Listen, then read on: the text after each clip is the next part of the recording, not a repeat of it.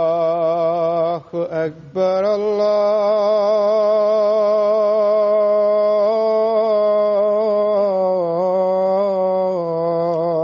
الله أكبر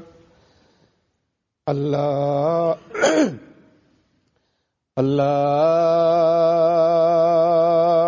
أكبر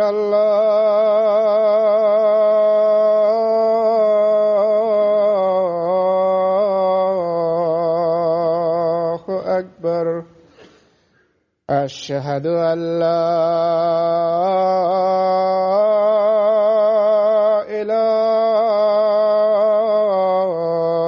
إله إلا الله أشهد أن لا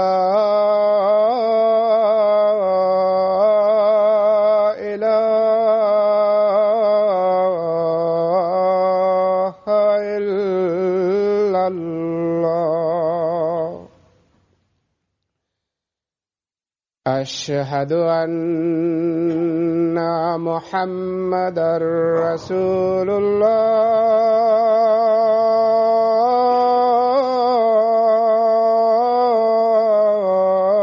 الله أشهد أن محمدًا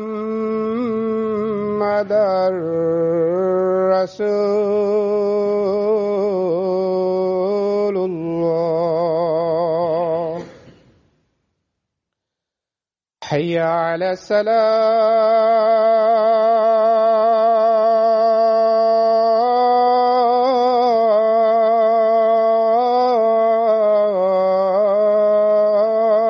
الصلاة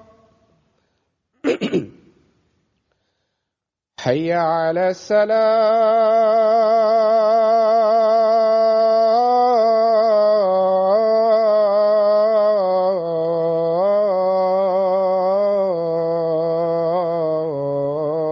الصلاة حي على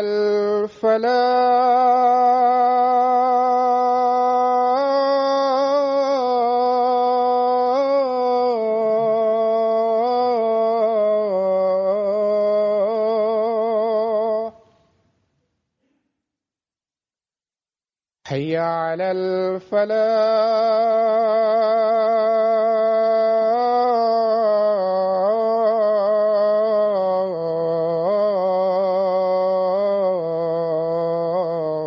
الفلاح الله أكبر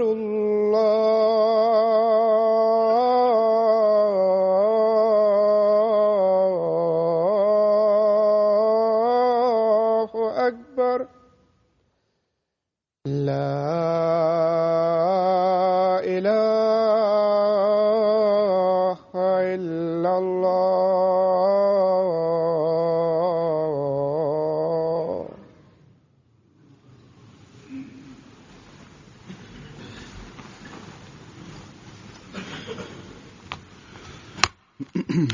السلام عليكم ورحمة الله.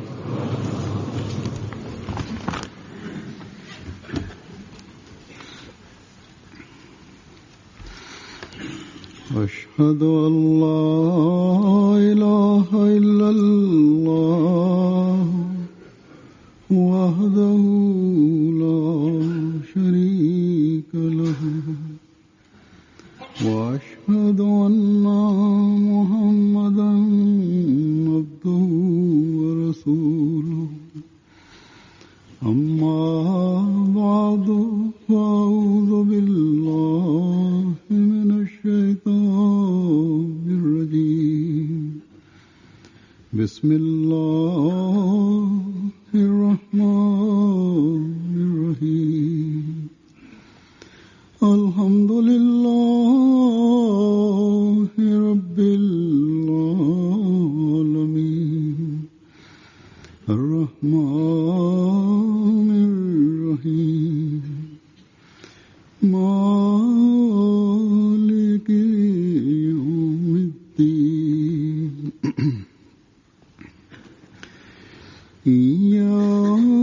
إياك نعبد وإياك نستعين اهدنا الصراط المستقيم صراط الذين أنعمت عليهم غير المغضوب عليهم ولا الضالين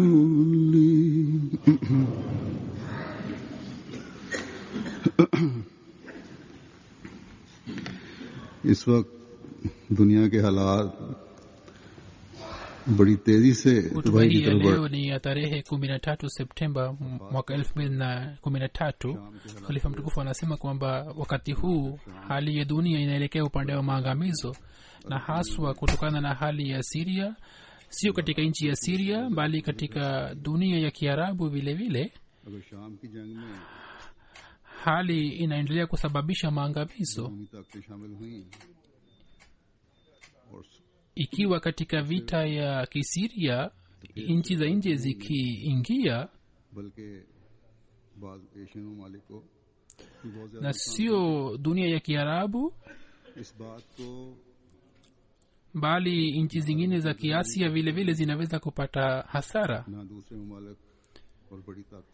na jambo hilo halieleweki kwa utawala wa Kiarabu, na nchi zingine kubwa pia hazielewi hali hiyo. Vita hii haitabaki katika nchi ya Kisiria bali inaweza kuwa vita ya kimataifa. Basi wanajumuiya ambao wana mwamini ashiki mkweli wa Mtume Muhammad sallallahu alaihi wasallam,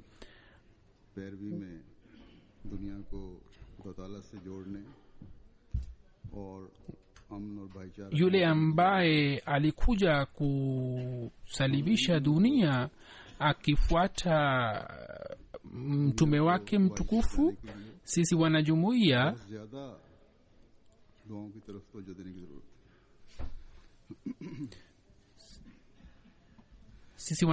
tunapaswa kufanya maombi mengi sana kwa ajili ya kusalimisha dunia hii kutoka maangamizo. Sisi hatuna silaha nyingine isipokuwa dua ambayo tunaweza kuitumia kwa ajili ya kusalimisha dunia hii kutoka maangamizo. Kizwahiri tunaweza kuwaambia kuhusu maangamizo hayo, kitu ambacho tunaendelea kufanya. Wanasiasa wa dunia na utawala wa kidunia,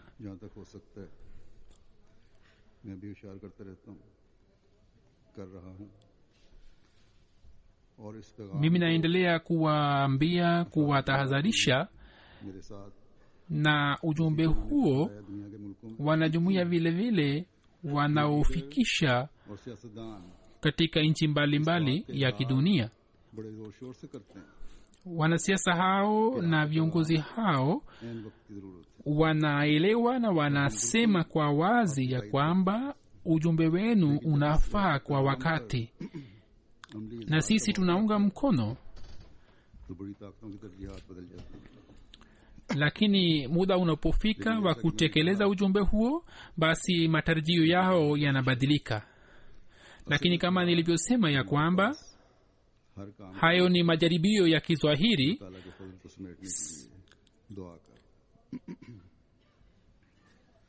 silaha haswa ya kufanya kazi zote na kuomba fadhila ya Mwenyezi Mungu ni dua tu. Wanajumuiya wanapaswa kuelekea upande huu, haswa katika hali hii, kwa ajili ya ubinadamu kwa jumla na kwa ajili ya umma wa Waislamu. Tunapaswa kufanya maombi mengi. Sayyidina Hazrat Musleh Maud mwana wa Ahadi हज़रत मुस्लिम मऊद रज़ियल्लाहु अन्हु ने आज से 88 साल पहले तकरीबन Sayyidina Musleh Maud mwana wa ahadi उस वक्त miaka 88 kabla ya leo mwaka 1925 wakati huo alitoa hutuba juu ya hali ya nchi ya Syria na kusema ya kwamba historia ya Dimashq ni ya zamani sana. Kabla ya Uislamu mji huu ulikuwa makao makuu ya dini nyingi na ulikuwa na umuhimu katika dini na katika dini ya Kiislamu vile vile mji huu ulikuwa makao makuu na kumbukumbu nyingi za dini za kale zilipatikana katika mji huo. Mwaka 1925 Sayyidina Musleh Maud radhiyallahu anhu kama nilivyosema ya kwamba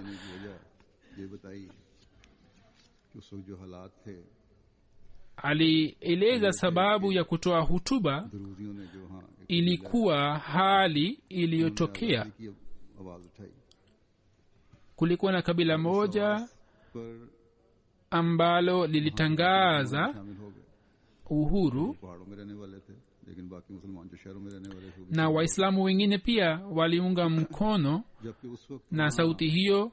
Wengine ambao walikuwa wanaishi katika miji mbalimbali nao waliingia katika mwito huo.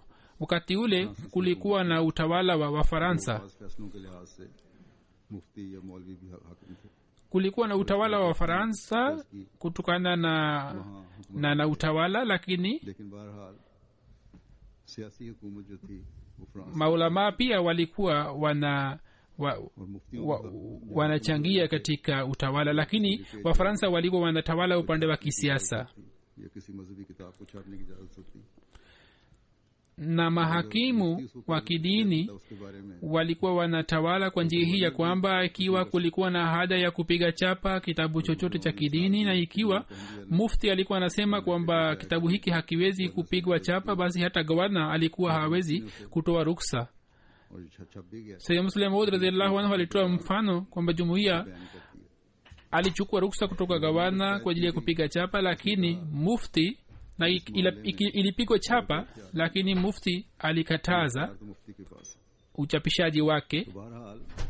Na gavana alipoambiwa akasema kwamba mimi siwezi kufanya chochote, amri hii imetokana na mufti, naye anaruhusiwa kutoa amri hiyo.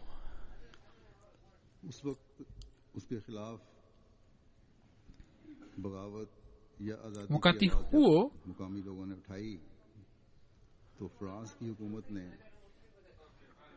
watu walikuwa wanaishi pale walipotangaza uhuru, walipoinua sauti ya uhuru, basi Wafaransa wakashambulia kwa njia ya ndege na kurusha mabomu, na magorofa yote ya historia, magorofa yote yenye kumbukumbu yaliangamizwa. Watu maelfu na maelfu wakauawa. Mji huo kwa nini ukaangamizwa? Kwa nini watu hao wakauawa?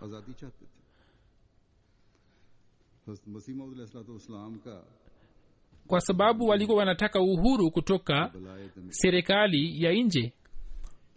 Kuna ufunuo wa Sayyidina Muhammad sallam kwamba balaa ya Dimishk, yani balaa ya Dimishki, Sayyidina Musleh Maud anasema ya kwamba wakati huo hali ya Dimishk iliyopatikana wakati huo ilielezwa katika ufunuo huo, na ufunuo wake ukatimia kwa kupitia tukio hilo ambapo maangamizo makubwa yalitokea na magorofa yakaangamizwa. Halafu maangamizo kama hayo hayajawahi kutokea kabla ya wakati ule. Balaa hii ilifika kwa kupitia watu wa nje. Kuna funuo ambazo zinatimia kwa njia mbalimbali zaidi ya mara moja.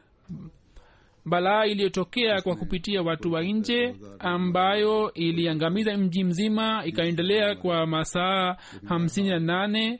Wengine wanasema kwamba watu 2000 wakauawa, wengine wanasema kwamba zaidi wakauawa, lakini inasemwa ya kwamba watu 7,000 au 8,000 wakauawa.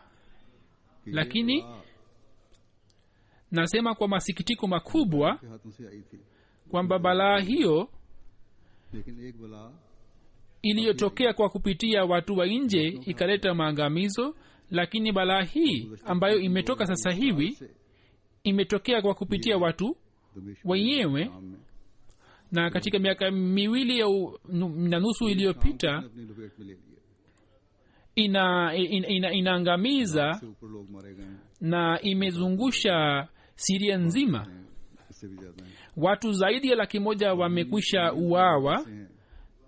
Wengine wanasema kwamba wameuawa zaidi ya 100,000 na mamilioni ambao wamepoteza nyumba zao. Nyumba zao zimeangamizwa, masoko yameangamizwa, uwanja wa ndege pia umepigwa mabomu. Ilmuradi hakuna mtu anayesalimika huko.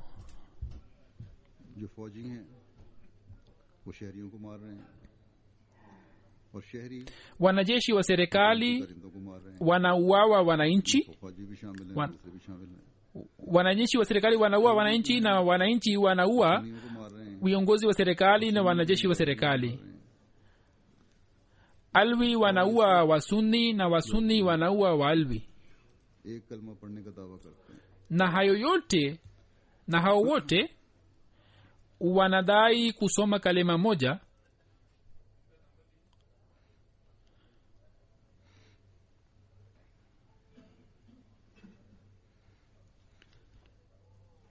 ये आज़ादी के नाम पर जो कोशिश हो रही है वहाँ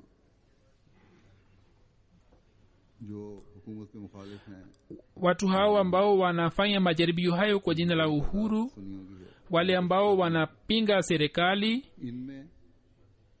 wengi wao ni Wasunni ambao wanajaribu. उनकी मदद के नाम पर kati ya hao ग्रोह भी शामिल हो गए। katika majaribio hayo kwa jina la kuwasaidia wagaidi pia wamekwisha ingia. मुल्क को जो पहुंचना है उसका तो बाद में पता चलेगा। hasara inayopatikana kutoka makundi hao itajulikana baadaye. सोच ये है कि ये बला जो है इस दफा जो आई ये खौफनाक Kwa vyovyote nasema kwa masikitiko kwamba balaa hiyo ambayo imetokea muda huo inaendelea kupata picha mbaya siku hadi siku, na watu hao hawajui ya kwamba kwa jina la uhuru, एक दूसरे पर जुल्म करके और आपस kwa jina la uhuru na kwa jina la kustawisha amani, कि अब बड़ी kwa kufanya zulma wenyewe kwa wenyewe, wanaendelea kuzofika kwa kiasi hiki ya kwamba करने के नाम nguvu za nje अपने kwa jina la kuwaletea uhuru na kumaliza zulma kwa ajili ya kupata faida zao zinaendelea kufanya majaribio mbalimbali. दुनिया को भी तबाही की Lakini watu hao hawaelewi kwamba majaribio hayo शाम की हुकूमत के साथ भी yanaweza kuangamiza dunia nzima.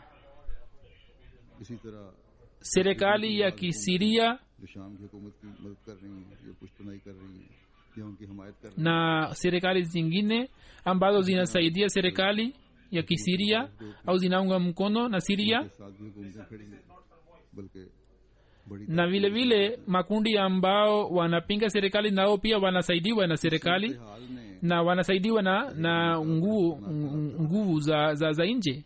Katika hali kama hiyo, अफसोस तो मुसलमान ममालिक पर है hali inaendelea kubadilika na yenye hatari zaidi. पर अमल करने का दावा Lakini ni जिसके बारे में ni huzuni kwa nchi za Kiislamu ambao wanadai kutekeleza mafundisho ambayo करने वाले हैं Mwenyezi Mungu alisema kwamba yamekwisha kamilika. खैर उम्मत का Wanadai kujiunga na umma ambao Mwenyezi Mungu aliutaja kuwa umma ulio bora. Kuna kazi gani ya heri ambayo Waislamu hao wanaifanya leo? Hawana hisia za kuhurumiana, hawana utekelezaji juu ya fundisho lolote. ghera pia imekwisha tayari और ये मदद भी अपने ही लोगों को मारने की na wanaomba msaada kutoka watu wengine ऐसे na msaada huo wanaomba kwa ajili ya kuwaua watu wao. Katika hali kama hiyo तो अल्लाह ताला क्या फरमाता है mafundisho ya Qur'an tukufu yanasemaje? Wakati ambapo makundi mawili yapigane, basi Mwenyezi Mungu anasema nini?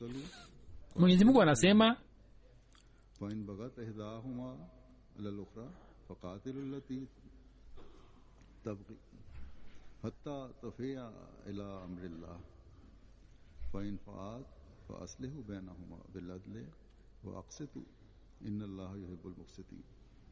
और अगर मोमिनों में से दो जमातें आपस में लड़ पड़ें तो इनके दरमियान सुलह करवाओ. बस अगर इनमें से Mwenyezi Mungu anasema kwamba ikiwa kati ya waaminio mataifa mawili yapigane, basi fanyeni suluhu baina yao, na ikiwa mmoja wao की तरफ लौट आए lifanye uasi, basi lile ambalo linazidi basi fanyeni piganeni naye साफ करो. यकीन na mpaka arudi, na kama arudi basi fanyeni uadilifu kati yao. अल्लाह ताला फरमाता है अदल से Mwenyezi Mungu, kwa hakika Mwenyezi Mungu anapenda wale ambao wanafanya uadilifu. मयार भी इतना ऊंचा Mwenyezi Mungu anasema kwamba fanyeni suluhisho kwa uadilifu na fanyeni uadilifu, नहीं भी na kiwango cha uadilifu Mwenyezi Mungu amekiweka juu sana, अगर तुम्हें kwa kiasi hiki kwamba alisema kwamba uadui wa taifa usiwazuie kuto kufanya uadilifu. तो फिर मुसलमान का काम है Ikiwa mnataka इंसाफ mapenzi ya Mwenyezi Mungu badala ya matamanio ya kidunia, इंसाफ कायम करें. basi ni kazi yao ya kustawisha uadilifu kati yao na wafanye uadilifu pamoja na watu wengine. ये तकवा के करीब है और एक मुसलमान को Alisema kwamba huwa akrabu litakwa, यही हुक्म है बार बार yani kazi hii ni karibu sana na ucha Mungu, na amri hii imetolewa kwa Muislamu ya kwamba afanye कि इसराइली सदर kazi zote kwa ucha Mungu.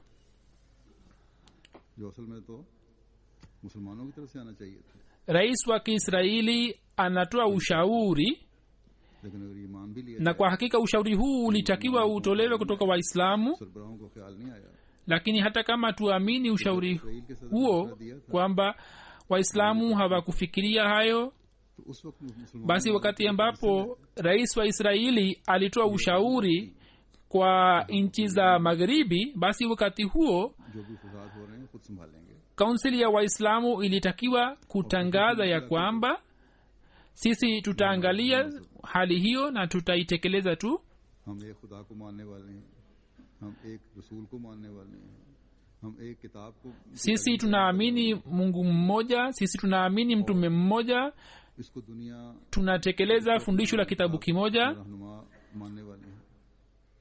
अगर हम में इख्तिलाफ पैदा हो भी गए हैं na sisi tunaamini kwamba hiki ni kitabu kinachotuongoza. Hata kama hitilafu imetokea kati yetu, की लड़ाई किसी जायज या नाजायज वजह से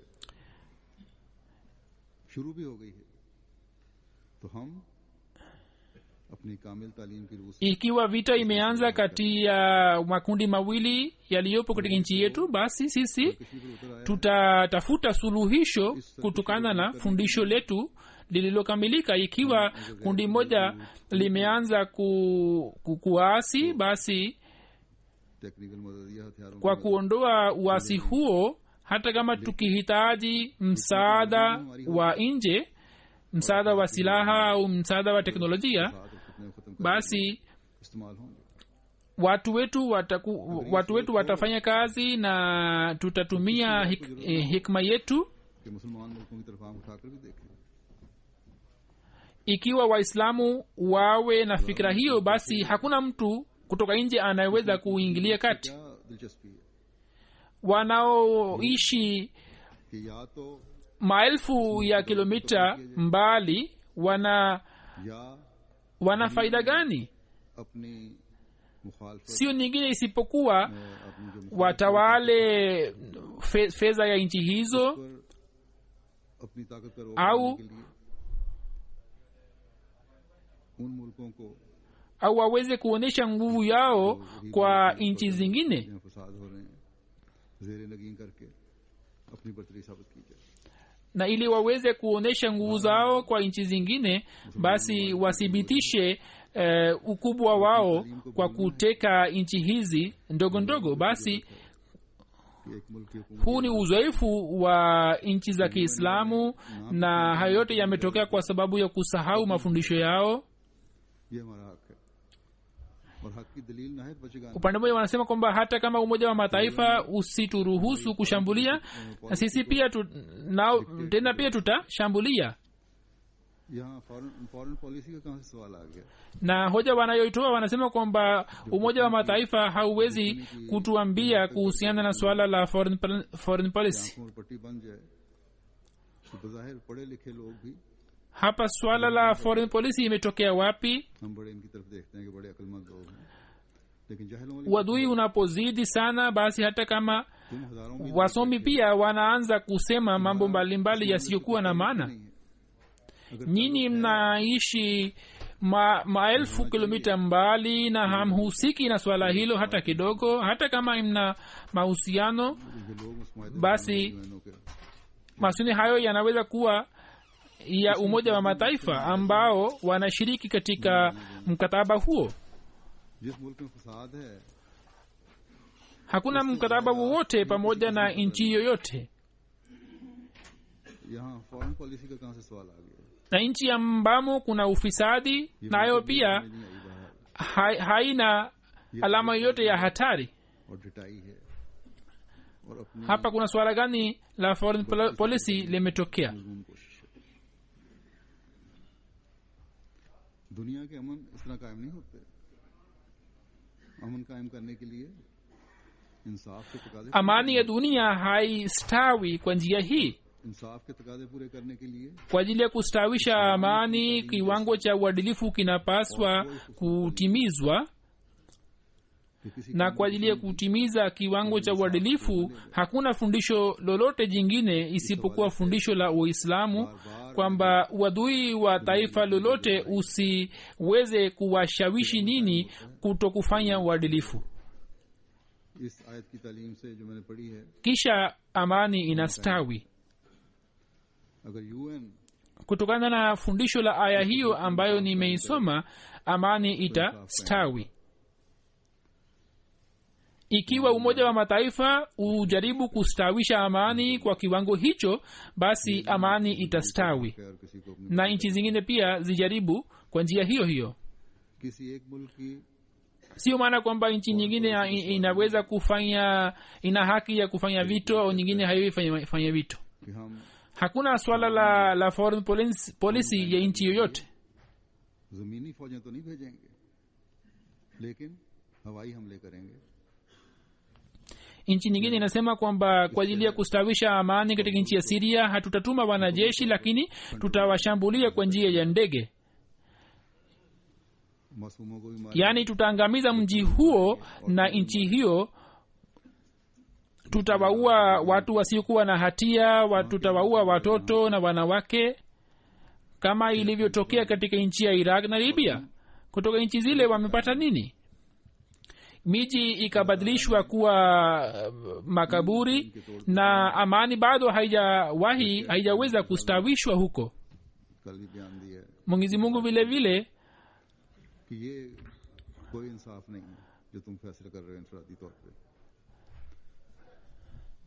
waziri mkuu wa Urusi ameeleza jana na pia ameandika kwa kusema kwamba njia hii haifai hata kidogo ambayo mnataka kuitumia. Ikiwa ikiendelea hivyo,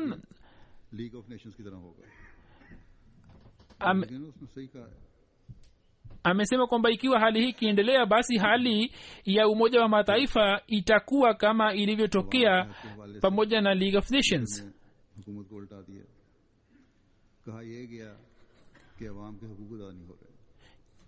Kisha kutokana na haki ya wananchi, serikali ilipinduliwa katika nchi ya Misri na kusemwa kwamba wananchi hawapewi haki zao. Ni kweli kwamba katika nchi ya Misri hatua iliyochukuliwa na serikali ilikuwa sio sahihi, lakini baada ya kupindua serikali hiyo, serikali iliyopatikana nayo ilikuwa yenye nguvu na serikali ya watu wenye shida. अखबार के मुझे सवाल किया tena dunia ikaanza kufikiria kwamba sasa itakuwaje. के बाद अमन mtu mmoja kutoka Marekani akaniuliza तो मैंने उसे यही कहा था कि तुम लोग kwamba katika nchi ya Misri kuna uwezekano wa kiasi gani wa kuleta amani, तुम्हारे अंदाजे की गलती na mimi nikamwambia ya kwamba लोग आए हैं nyinyi mmeweza kupindua serikali hiyo, lakini watu ambao wamekuja sasa hivi nao si watu wenu, na pia hawaelewi wananchi, और तुम देख bali wengi wao wanawapinga hao. इसी तरह खून बहेगा Na mtaona ya kwamba baada kupita miezi michache hali itabadilika na itakuwa ile ile na mauaji yatatokea tena, मिस्र के हालात हमारे सामने हैं। na hivyo ndivyo ilivyotokea. hali iliyotokea katika nchi ya Misri ipo mbele yetu. मुसलमान ममालिक में बेचैनी की जो भी वजूहात हों जायज़ भी होंगी अवाम की तरफ से, लेकिन Sababu yoyote inayopatikana katika nchi za Kiislamu zingine ni sahihi, lakini wakati ambapo मैंने 2011 nguvu za nje zitaingia kati kwa njia isiyofaa, basi ufisadi utatokea. के मुसलमानों के Mimi nilieleza toa hutuba 2-3 katika mwaka 2011 na nikaeleza wazi ya kwamba पैदा करेंगी वो आखिरकार मुसलमानों को नुकसान पहुंचाने वाली होगी। कभी अपने मुफादात में kwamba hatua zozote zitakazochukuliwa na nchi hizo za nje mwishowe zitaleta hasara kwa Waislamu.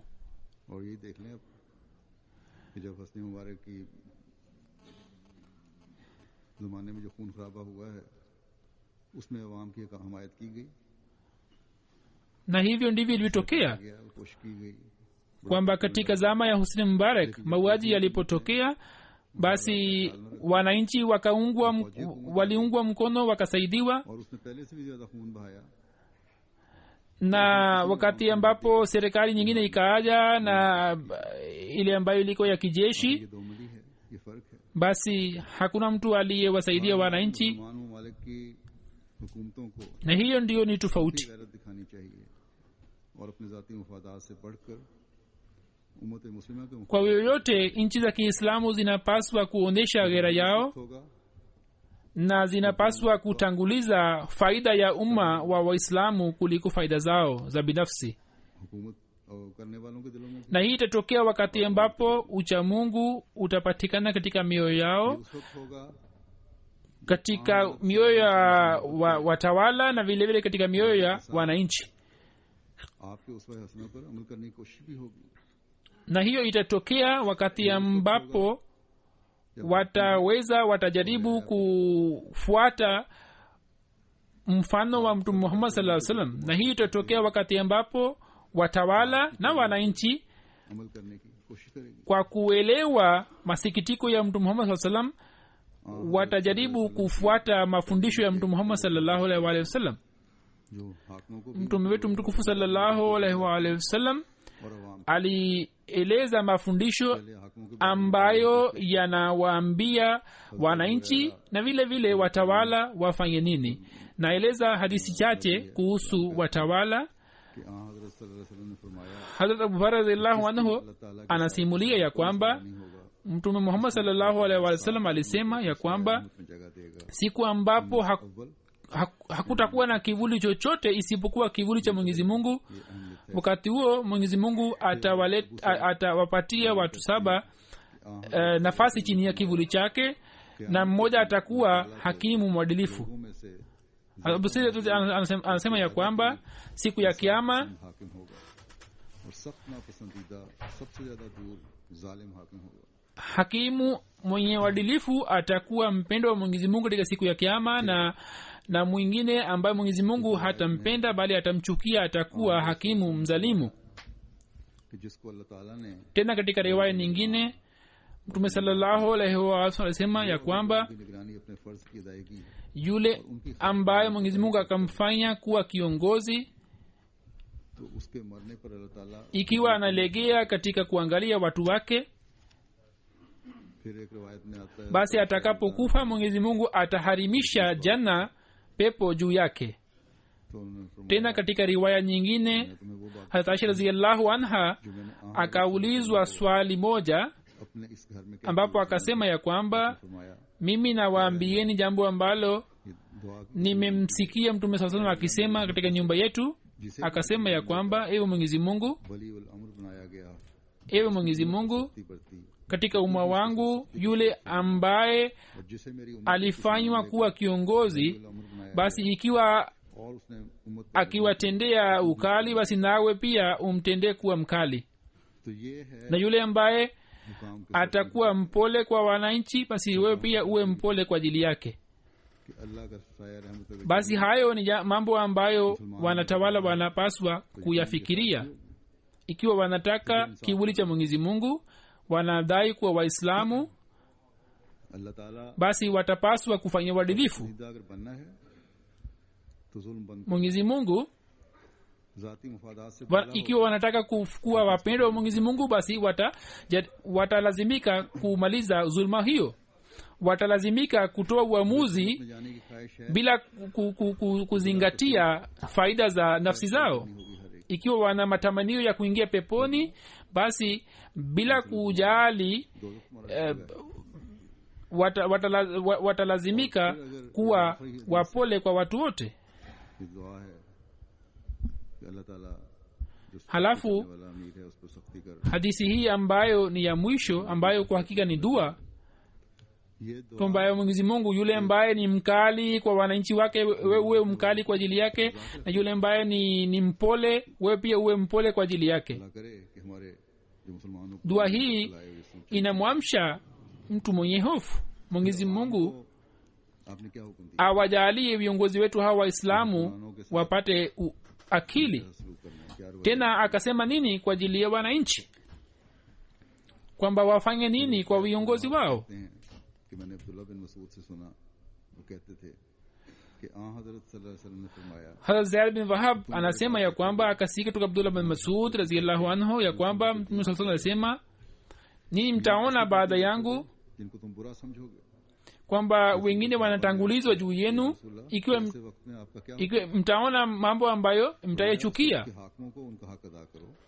Maswahaba wakasema kwamba katika hali hiyo tufanyeje? उनका हक अदा करो, Akasema kwamba तुम अपना हक अल्लाह से मांगो, wapeni haki ya watawala na ombeni haki yenu kutoka Mwenyezi Mungu. ये हुकूक लेने जो हैं इसकी तो इजाजत नहीं है। अगर अल्लाह ताला से हक मांगा जाए तो अल्लाह ताला फिर ऐसे फैसले फरमाता Basi maandamano hayo au mauaji haya hayaruhusiwi. है। फिर एक रवायत में है एक सहाबी ने रसूल पाक सल्लल्लाहु अलैहि वसल्लम से अर्ज Katika riwaya nyingine, की, अगर हम पर ऐसे हुक्मरान मुसल्लत हों जो हम sahaba mmoja akamuuliza Mtume sallallahu alaihi wasallam, ewe mtume wangu, ikiwa tuwe na viongozi ambao waombe haki yao lakini wasitupe haki yetu, basi katika hali hiyo tufanyeje? तो रसूल पाक सल्लल्लाहु अलैहि वसल्लम ने इससे Na Wahamadia kutoka nchi za Kiarabu nao pia wananiuliza. Eras किया। उसने दूसरी जाति से Mtume sallallahu alaihi wasallam hakujibu swala lake, akauliza tena, hakujibu swala lake tena. खामोश करवाने की कोशिश की तो हुजूर Sahaba huyo akauliza tena, सामने आया कि तुम पीछे आ जाओ, ना करो सवाल। तब रसूल पाक सल्लल्लाहु अलैहि वसल्लम ने फरमाया कि ऐसे हालात में अपने हुक्म hapo ndipo Mtume sallallahu alaihi wasallam akasema, katika hali hiyo, उन पर डाली गई है, katika hali hiyo उनसे होगा, fanyeni utii kwa viongozi wenu, मुआवजा तुमसे होगा। na majukumu ambayo wamepewa wao wataulizwa wenyewe, na majukumu ambayo nyinyi mmepewa nyinyi mtaulizwa. से जनादा बिन उबई उमैया ने कहा, Kisha kuna hadithi nyingine, बिन सामत के पास गए, वो बीमार थे। हमने कहा अल्लाह तुम्हारा भला करे, हमसे ऐसी हदीस बयान करो जो तुमने हज़रत सल्लल्लाहु अलैहि वसल्लम से सुनी हो, अल्लाह तुमको उसकी वजह से फ़ायदा दे। उन्होंने कहा कि हज़रत सल्लल्लाहु अलैहि वसल्लम ने हमको बुला भेजा, हमने आपसे बैत की, आपने बैत में हमें हर हाल में kwamba Mtume sallallahu alaihi wasallam akatuita तंगी हो या आसानी na tulifanya baiati yake भी ये na katika baiati yake की बात सुनेंगे alituambia आपने ये भी इकरार लिया katika kila hali, katika raha na karaha, katika ziki na faraja, एलानिया उनको कुफ्र akatuambia tufanye utii अल्लाह की तरफ से na tufuate kiongozi wetu kamili kweli kweli. वाज़ेह तौर पर मौजूद होनी चाहिए ये नहीं कि कुफ्र के फतवे लगा दिए जिसने आजकल के उलमा लगा देते हैं। हज़रत अबू ज़र बयान करते हैं कि हज़रत सल्लल्लाहु अलैहि वसल्लम ने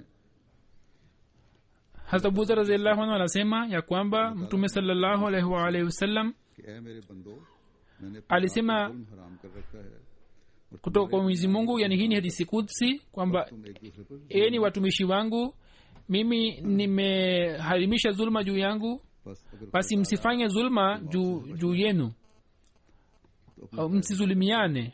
बाकी हुकाम का मामला Basi ikiwa और दुआओं में wanataka kusalimika और फिर इसी तरह kutoka adhabu ya Mwenyezi Mungu, basi waendelee kutekeleza wajibu wao na waendelee kufanya maombi. वाज़ेह तौर पर वाज़ेह शरीय काम अहकाम Na kama nilivyosema ya kwamba अपनी तवजीहात नहीं देनी जिसमें पाकिस्तान में मुस्लिम अहमदियों के साथ हो रहा है kwamba ikiwa viongozi wanaingilia kati ya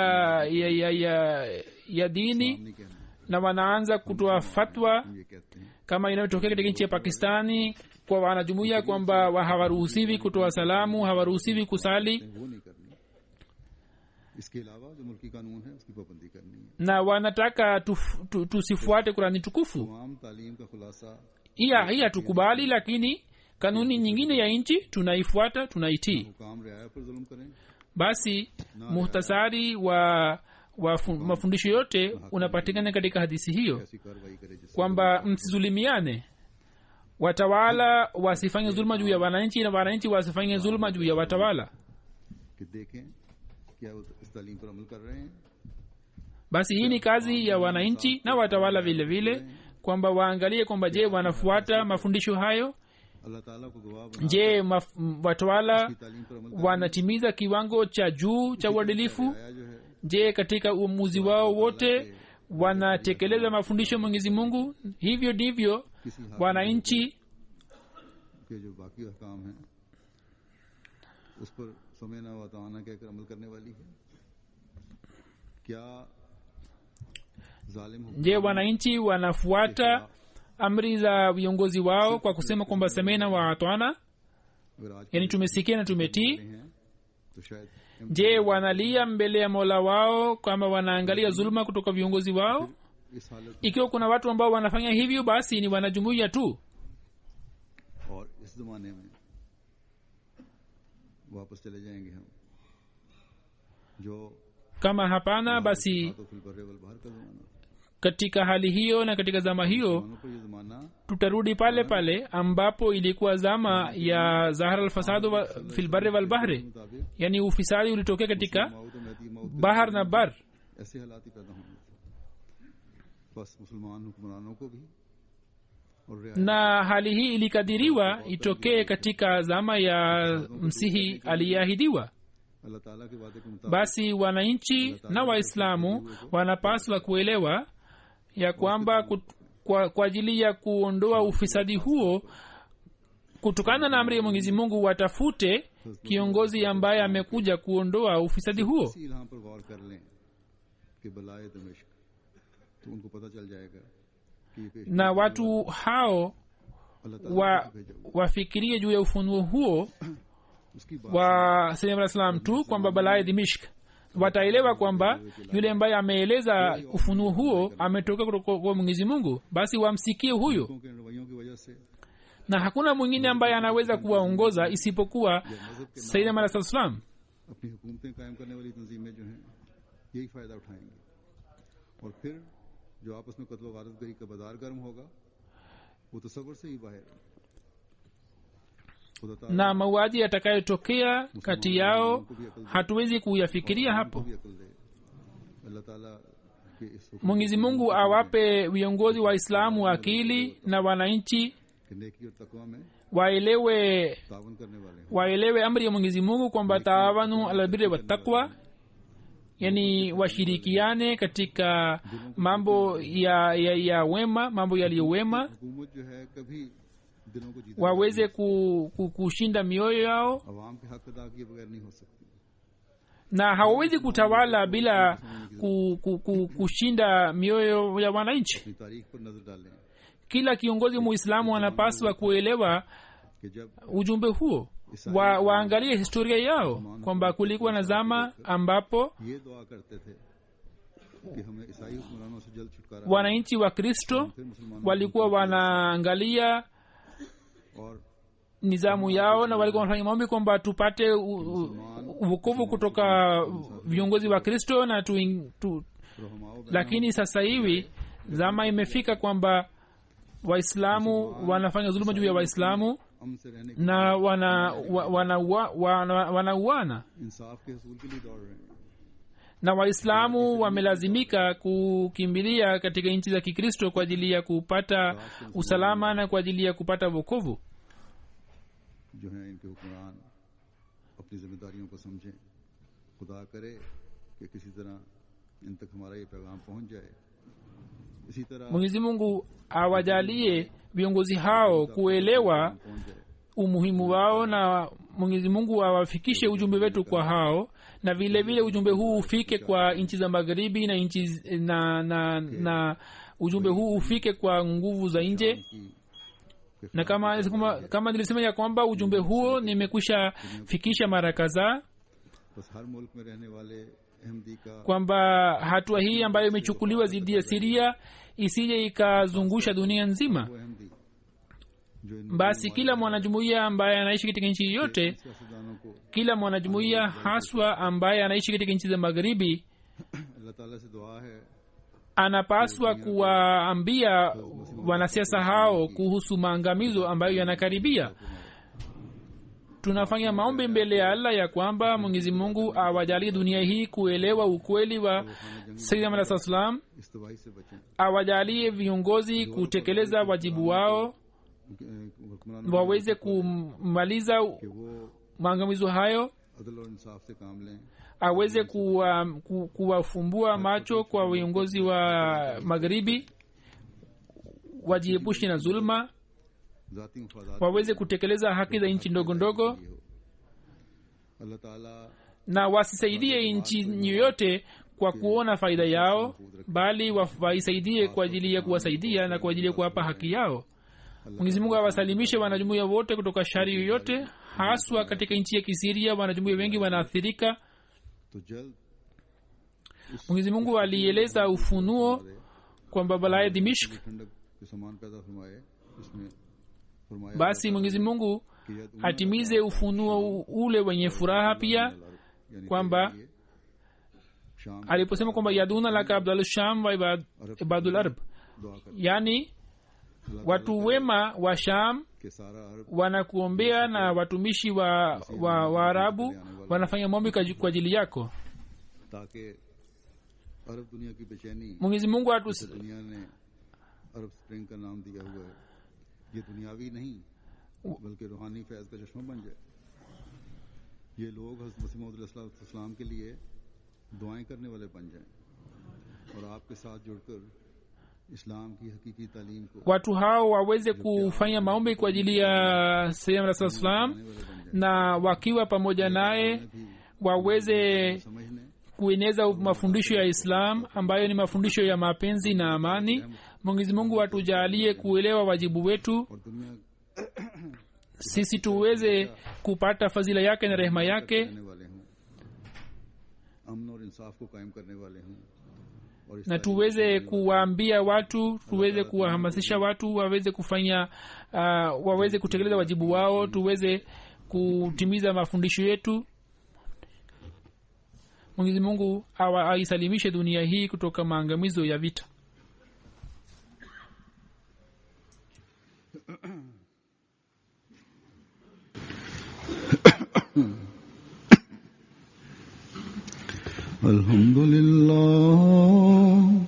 الحمد لله نحمده ونستعينه ونستغفره ونؤمن به ونتوكل عليه ونعوذ بالله من شرور أنفسنا ومن سيئات أعمالنا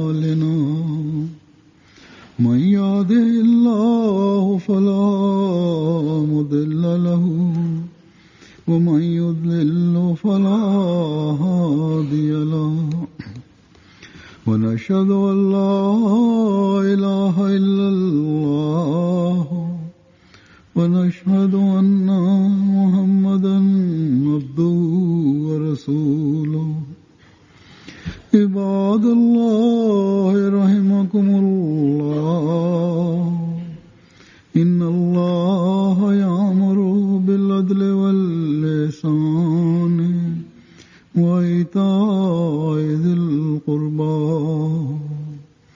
وينهى عن الفحشاء والمنكر والبغي يعظكم لعلكم تذكرون اذكروا الله يذكركم وادعوه يستجب لكم ولذكر الله أكبر